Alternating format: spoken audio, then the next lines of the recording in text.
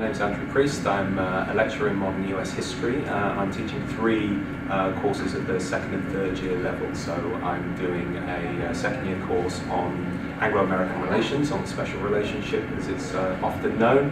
I'm also teaching two final year modules, one on the United States and the Vietnam War, and one which is on the presidency of Lyndon Johnson, and that's a special subject for final year students. Well, as those teaching areas suggest, I'm interested broadly in the history of US foreign policy. More specifically within that, I suppose two areas really. One is what you might call the sort of rise and fall of the United States, and the United States as a form of empire. Now, this is a highly contested area in the study of the US, but I'm interested in how the US acquired power, how it wielded that power, and whether it's actually declining in terms of that power as other states rise to challenge it, and whether that decline has been ongoing really since the 1960s or perhaps 1970s.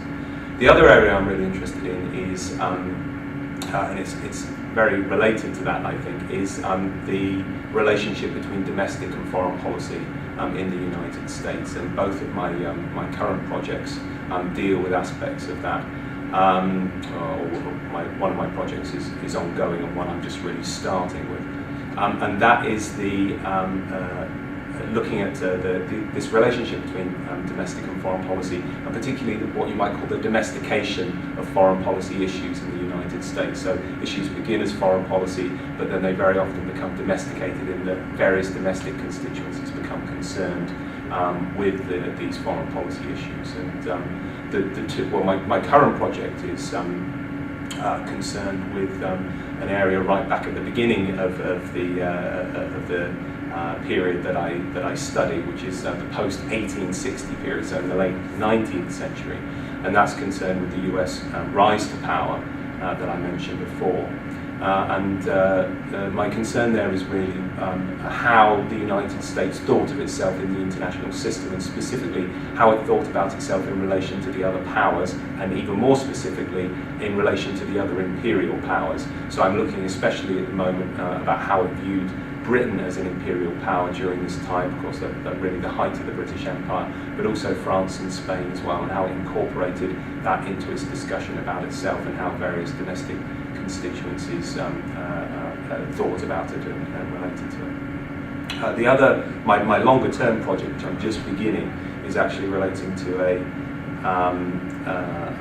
an area of mine which I've always been fascinated with, but I've never really done very much research on, and that's the consequences of the Vietnam War for this decline of the American empire, if you like, and how it's affected that.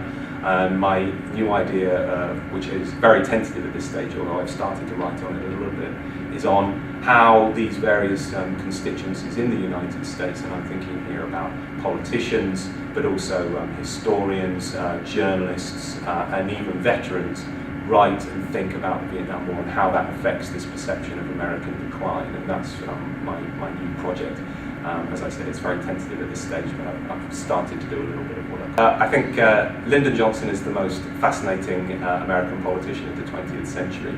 A man of very humble origins who rose to enormous power and wealth as well, something that's very often forgotten, but also someone who had incredibly high aspirations for the United States and indeed for himself.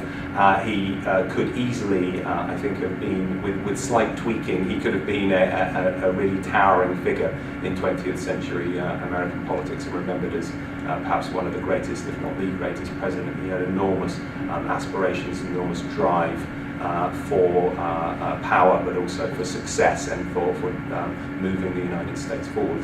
And yet, because he got tangled up in the Vietnam War, enormous controversy still about why he did that and how he did that, he is remembered as a relatively poor president because of his foreign policy record. So there's a strong connection between his domestic aspirations, his war on poverty, his declaration that he was actually going to end poverty in the United States, which has manifestly not occurred, to drive this war on poverty, but also to build what he called a great society.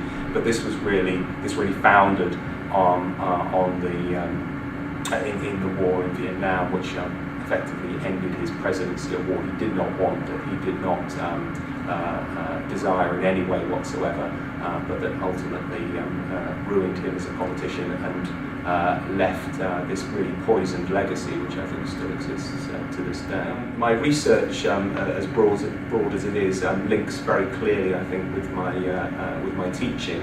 My interest in the rise and fall of the United States as an empire tallies very closely with, for example, my course on special relationship, which looks at some of these issues of transatlantic exchange and dialogue, and especially how the US viewed other powers, and Britain in particular, as Britain was declining slightly and the United States was, of course, rising very rapidly as a power.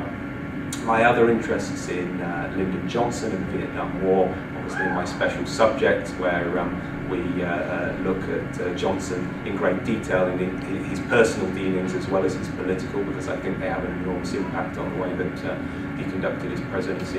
And then that of course leads into Vietnam as well. And part of my effort to show the importance of the war in Vietnam for the students is not just what lots of scholars look at, the war itself, how the United States became involved politically, and then how it fought militarily and how that had an impact on the United States politically, but also how people have thought about it since and interpreted it.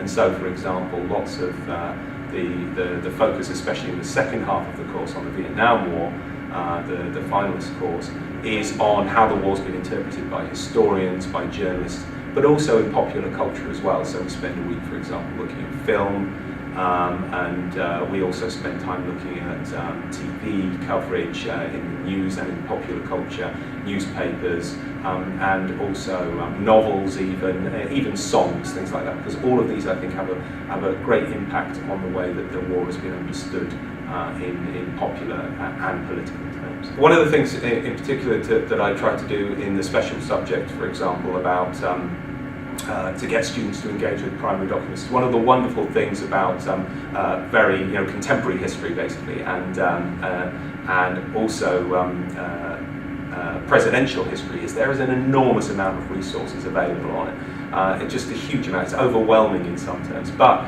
that can have a very positive effect for students, I think. So, for example, every speech that every president has ever made is available online, so students can search that and they can be their own independent researchers within the modules.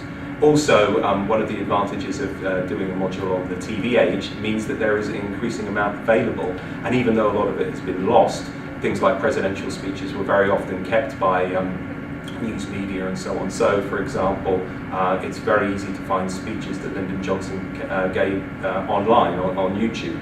So again, you get a real sense of the immediacy of history and a real sense of what it was like to be there. Even more so with someone like Johnson, I think.